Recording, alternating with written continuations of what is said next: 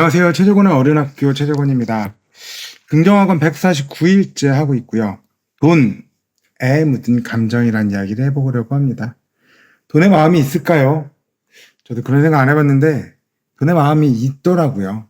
저도 요즘 그걸 절실히 느끼고 있습니다. 저에게 그런 걸 알려준 책은 혼다켄의 운을 부르는 부자의 본능이라는 책이었습니다. 두 번째, 세 번째 다시 좀 보고 있는데요. 오늘 우연히 저의 눈에 이런 문구가 눈에 띄었습니다. 긍정적인 관계 에너지는 평범한 돈을 행복한 돈으로 탈바꿈시킨다. 사랑의 행위로 돈을 사용하게 되면 투자를 아주 잘한 것으로 확신해도 된다. 이런 얘기를 하더라고요. 무슨 소리 하는 거지? 긍정적인 관계 에너지는 평범한 돈을 행복한 돈으로 바꾼다고? 저만의 깨달음이라고 생각해 주시면 좋겠어요. 저는 매일 긍정학원을 통해서 제 삶의 목표와 돈에 대한 저만의 정의를 표현하고 있습니다. 저는 돈이 에너지의 흐름이라고 생각을 하거든요. 그래서 그 흐름이 얼마나 원활하게 잘 흐르고 있는지, 그리고 누구에게 가서 닿는지가 굉장히 중요하다고 생각을 합니다. 이러한 저의 생각은 혼다케님의 책을 보면서 많이 좀 확립이 됐거든요. 돈은 중립적인 에너지의 집합체이며 그것을 바라보는 사람이 어떤 마음으로 돈을 바라보고 사용하는지에 따라서 긍정적인 에너지로 변하기도 하고 부정적인 에너지로 변하기도 한다는 얘기에 깊게 공감했습니다. 제 경험을 뒤돌아서 생각해보면 참 똑같다는 얘기를 많이 들어봤었고 좋은 기억은 잘 없었습니다. 특히 돈에 관련해서 좋은 기억 잘 없었는데요. 그때는 돈의 부정적인 감정을 실어서 막 나르기 바빴어요. 지금의 나의 어려움은 당연한 거라고 생각했고, 그 돈을 사용하는 사람들의 문제라고 생각하기도 했고요. 그 생각에서 멈추는 게 아니라 아무런 죄가 없는 아이들한테까지도 그 부정적인 얘기를 막 실어서 전달을 했습니다. 아이들에게까지도요. 그러니 얼마나 못난 사람이었습니까, 제가. 그랬으면 저도 돈 쓰는 거 보면 꼭 그렇게 써야 돼? 그거 안 써도 되는 거잖아. 바깥에 나가서 돈 내가 열심히 벌어오는데 꼭 그렇게 써야 되나? 좀 아껴 쓰면 안 되나? 꼭 거기다 써야 되나? 이런 생각도 하고 아이들에게도 똑같은 마음을 심어가지고 그런 거 꼭 써야 되니 아들? 이런 얘기를 심심치 않게 하는 아주 못난 아빠였습니다. 돈에는 몇 가지 속성이 있거든요. 제가 일하다 보니까 느껴지는 속성이 있었습니다. 그 중에 첫 번째가 돈은 조금하면 조금할수록 더 쉽게 흩어지려고 하더라고요. 정말 줄줄줄 샌다는 느낌이 있잖아요. 우리 돈은 어쩜 그렇게 금방 없어지냐? 월급 받은 지 얼마 되지도 않았는데 금방 없어지고 마네. 이런 얘기들을 하잖아요. 그 돈의 규모가 작으면 작고 뭉쳤던 기억이 없다면 더더더 그런 것 같아요.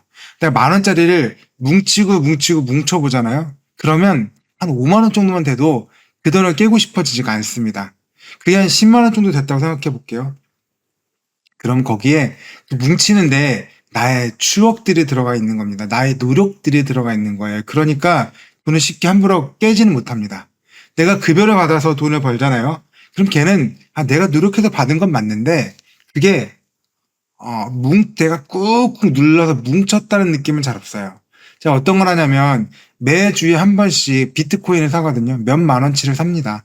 왜? 그거 이상하면 내가 거기에 빠져들어야 되니까 저는 이 정도 돈이라면 내가 그냥 없어도 되는 돈이야. 이 정도는 일주일에 충분히 투자해서 없애도 되는 돈이야 라고 생각을 하고 비트코인을 투자를 합니다. 이제 제법 모았어요. 엄청나게 규모가 큰 건 아니지. 몇만 원 단위였으니까. 기간도 오래되진 않았거든요. 그러다 보니까 돈이 뭉치긴 뭉쳤는데 엄청 거대하진 않아요. 그래서 이 정도쯤에 뭔가 소비를 할 수 있는 딱 그 정도의 알맞은 사이즈의 돈이 된 거예요. 어딘가에 부동산 투자할 수도 없고 금으로 바꿔놓을 수도 없고 그런데 나를 위한 소비를 하기엔 딱 좋은 그 정도의 돈이 있죠. 한 100만 원에서 200만 원 정도 사이 딱 그런 돈이 됐습니다. 그런데 그 돈을 바라보면 가끔은 그런 생각이 들어요. 깰까? 날 위해서 뭘 하나 사도 좋을 것 같은데 이런 생각이 들거든요. 근데 내가 그 기간 동안 계속 꾹꾹 이렇게 눌러 담았던 거잖아요. 계속 눌러가지고 비트코인이라는 거에 내가 투자를 해서 돈을 만들어 놓다 보니까 이걸 깨고 싶지는 않더라고요. 그래서 이게 뭉친 것들이 더 작을수록 정말 티끌일수록 뭉쳤던 경험이 없으면 없을수록 바람에 불면 그냥 싹 날아가 버리더라고요. 그래서 우리 진짜 이자 주는 것 같지도 않지만 적금을 들란 이유가 그거예요. 왜? 내가 1년 12달을 뭉쳤잖아요. 그 돈을 뭉쳐봤잖아. 그럼 그 돈이 아까운 거야. 내가 1년 동안 노력을 했으니까. 물론 사용처가 있다 그러면 의미가 좀 다르긴 하겠지만 그런 게 아니고 내가 좀 목돈을 만들고 싶어. 조금이라도 종잣돈을 만들고 싶어. 라고 하면 그 적금을 넣는다는 행동도 그런 의미가 되는 겁니다. 내가 꾹꾹 눌러서 뭔가를 만들어 봤구나. 두 번째는 돈의 성질은 가만히 있으려고 하지 않아요. 흩어진다고 말씀드렸는데 뭉쳐놔도 뭐 그렇게 가만히 있으려고 하지 않아요. 돈은 계속 흐르려고 하거든요. 가만히 있는 돈은 없어요. 내 손을 거쳐서 나한테 있던 돈이 다른 사람한테 가고 그 사람은 또 여기서 가고 여기서 또 다른 데로 가고 이렇게 돈은 계속 이동하는 거거든요. 그래서 뭐 국내에서만 도는 게 아니라 그 외까지 이렇게 종횡무진하면서 돈이 됩니다. 근데 어떤 분은 저한테 이렇게 반문하실 수도 있어요. 아닌데 나는 은행 가서 그냥 저축해놓고 말았는데 맞아요. 그럴 수 있지만 은행은 여러분을 대신해서 돈을 불립니다. 그렇기 때문에 가만히 있는 돈은 있을 수가 없다는 거. 일반적인 돈들은 항상 돌고 돌고 돈다는 거.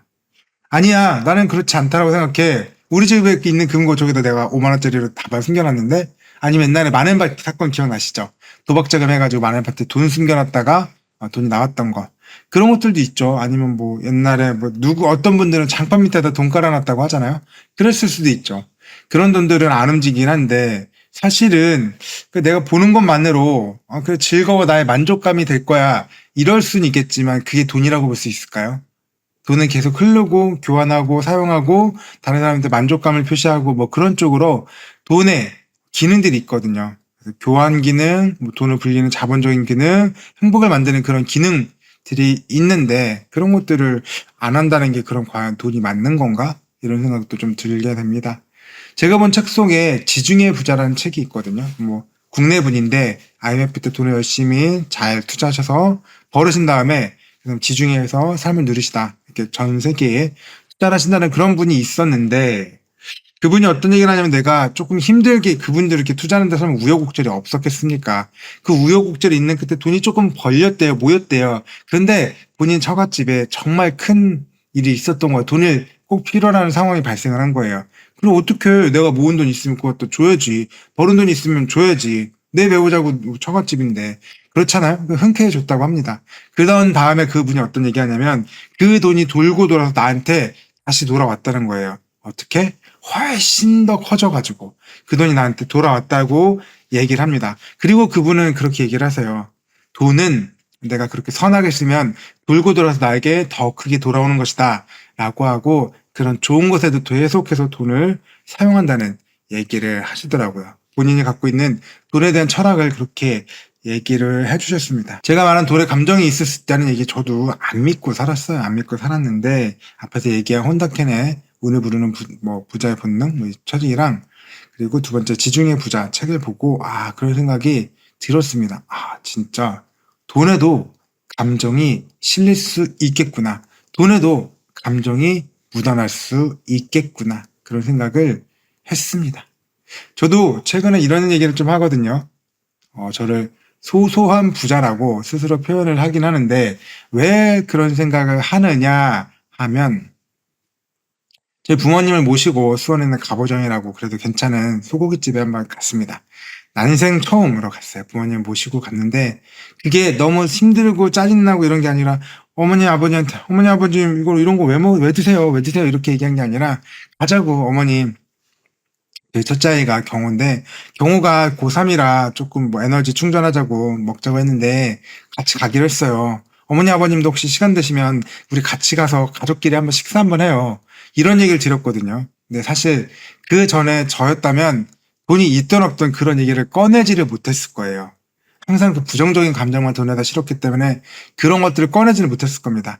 만약에 그런 상황이 됐다고 그러면 정말 찡그리면서 갔을 거예요. 오만상을 찡그리면서요. 아유, 그 고기 하나 먹으러 왔는데 대충 동네에서 먹으면 됐지, 어머니. 아유, 꼭 그런 데서 드셔야겠어요, 어머니? 꼭! 이런 얘기를 하실 거예요, 저는. 근데 그러지 않고 즐겁게 먹을 수 있었다는 거.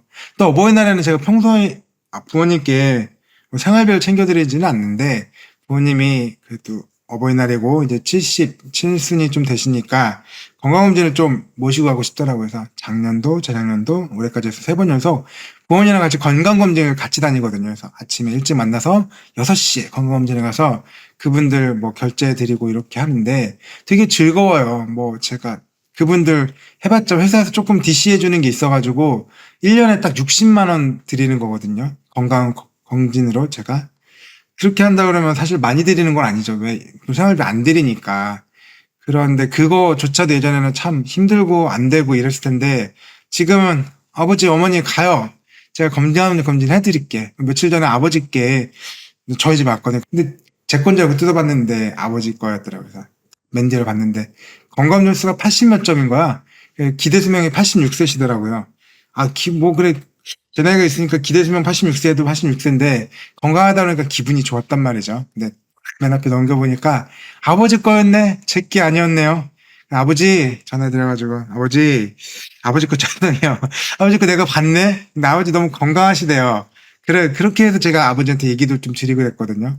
기분이 좋잖아요. 그런 것들이 쌓이고 경험이 되고 이러다 보니까 돈에도 정말 나의 감정이 묻어나는구나. 그런 생각이 절로 듭니다. 예전에는 돈에 되게 부정적인 감정을 실어가지고 인상 막 쓰고 썼던 그런 돈들이 지금은 안 그렇고 그냥 같은 돈을 써도 즐겁게 쓰고 있어요. 왜? 그 돈이 즐겁게 쓰면 돌고 돌아서 나에게 더 크게 돌아올 거라는 걸 믿기 때문에 그렇죠. 여러분도 그걸 믿어주셨으면 좋겠어요. 어차피 나갈 돈 웃으면서 보내주자. 내가 여기다 기쁨의 감정, 감사의 감정, 행복한 감정을 실어서 돈을 이렇게 쭉 회전을 시켜보자, 돌려보자. 그거를 꼭 한번 해보시고 여러분도 그런 느낌을 받아보셨으면 정말 좋겠습니다. 최재권의 어른학교 최재권이었고요. 다음번에 여러분에게 도움되는 이야기 말씀드려보도록 하겠습니다. 감사합니다.